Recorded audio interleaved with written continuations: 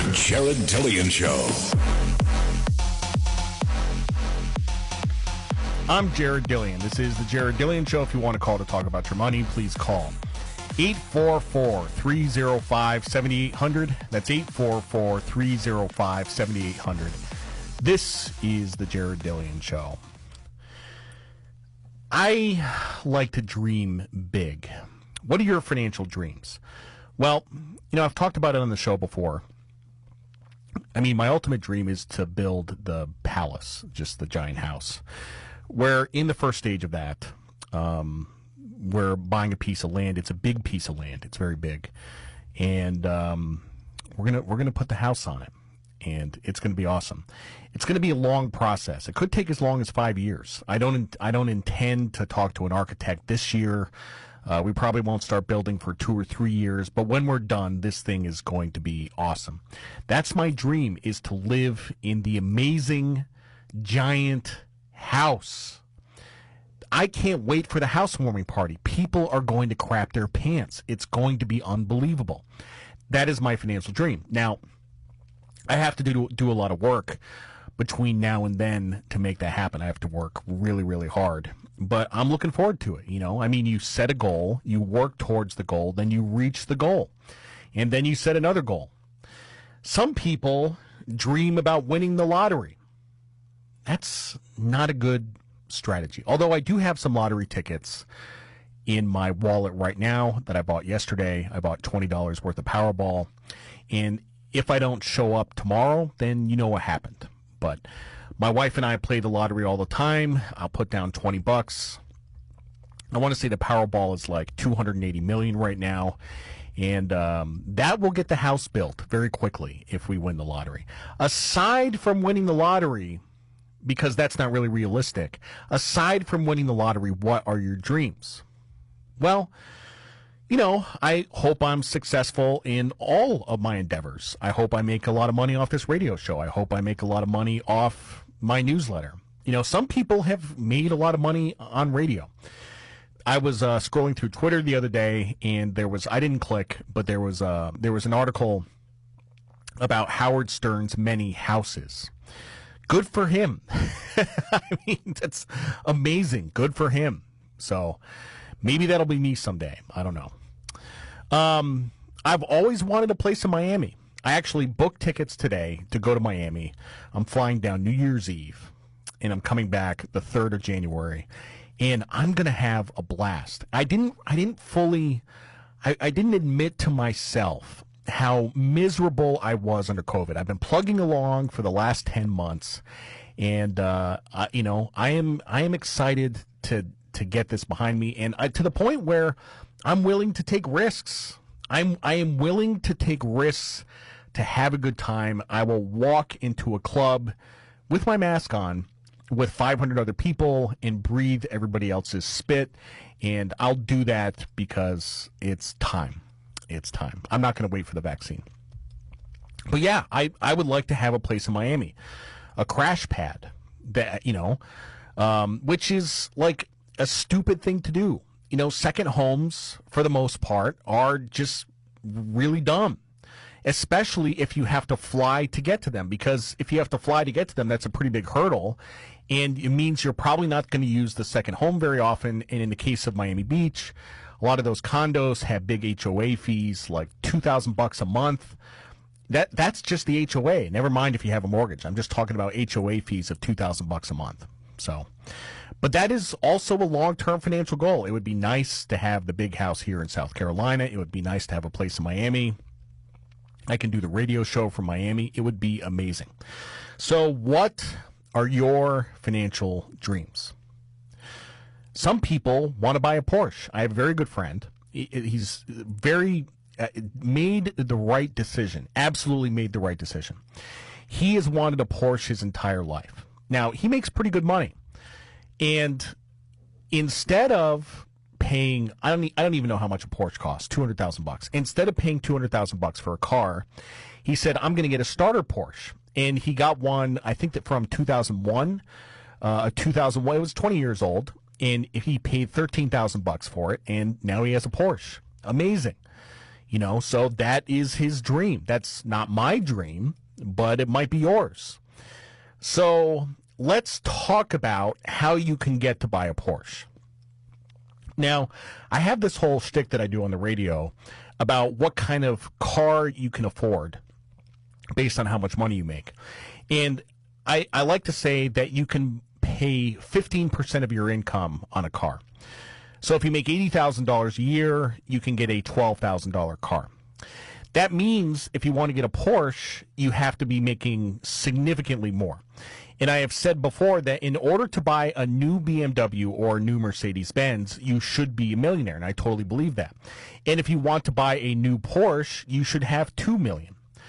Because if you had $200,000 and you bought a $200,000 Porsche, you could do that, but that would be unwise.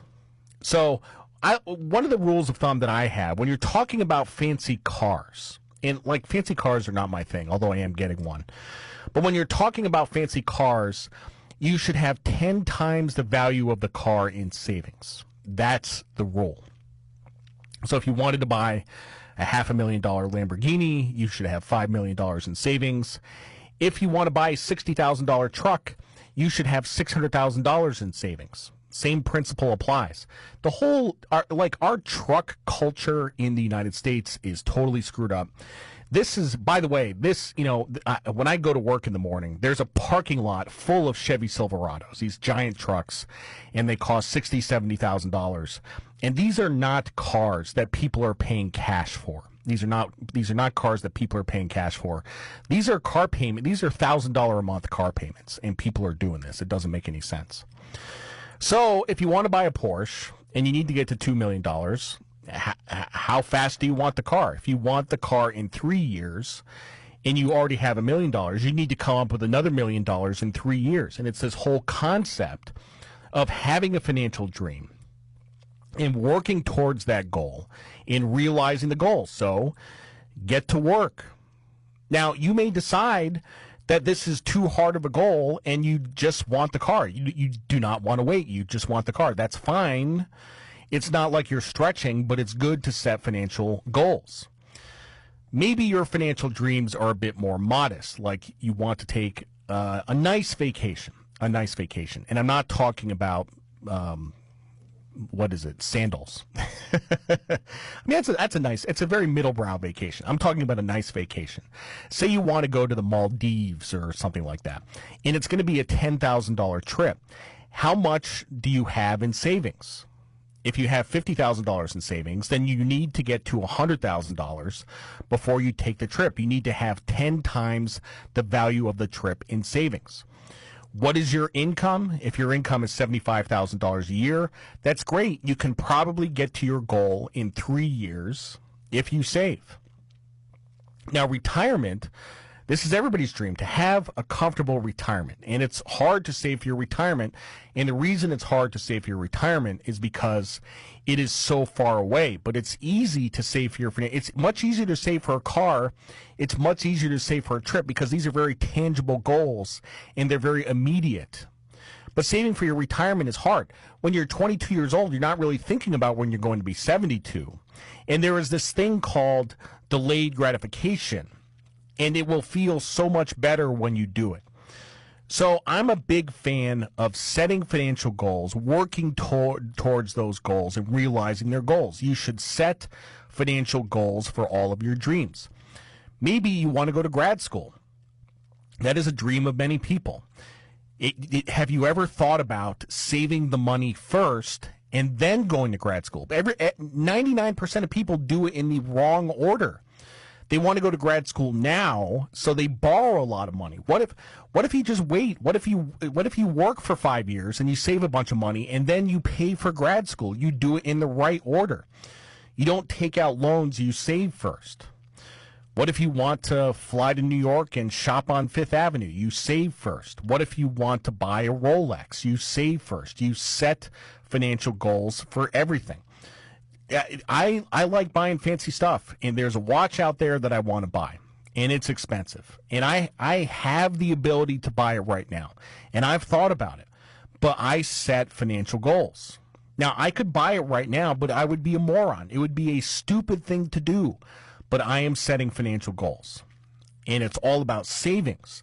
I save and save and save, and I sock away cash every day. And when I save 10 times the price of the watch, then I will buy the watch. So that is the general rule. Whenever you want to buy something extravagant, whenever you want to buy something that's just totally stupid but awesome, stupid but awesome is the criteria here. You want to save 10 times the cost of the item. And the reason you do that is a very specific reason. The reason you do that is because when you do buy it, it will be completely painless. It will not be a stretch. People stretch to buy things, just like with the house. I'm not in a hurry to build a house. If I started building the house today, it would be a stretch, and I don't want to take those kinds of financial risks. It all comes back to risk. It all comes back to stress. It all comes back to financial stress. If I were to start building the house today and I took out these huge construction loans and I borrowed against my portfolio, it would be a huge amount of leverage, and I just don't want to do it because I am uncomfortable with financial risk. So if you want to go out to an expensive dinner, it's going to cost $300. My guidance here is to save 10 times the price of the dinner. Save $3,000, then it will be no big deal. It goes along with what I say about windfalls. What do I say about windfalls? If you get a windfall of cash, you can spend 10% of the amount of the windfall, and then you save the rest. I'm Jared Dillian. This is The Jared Dillian Show.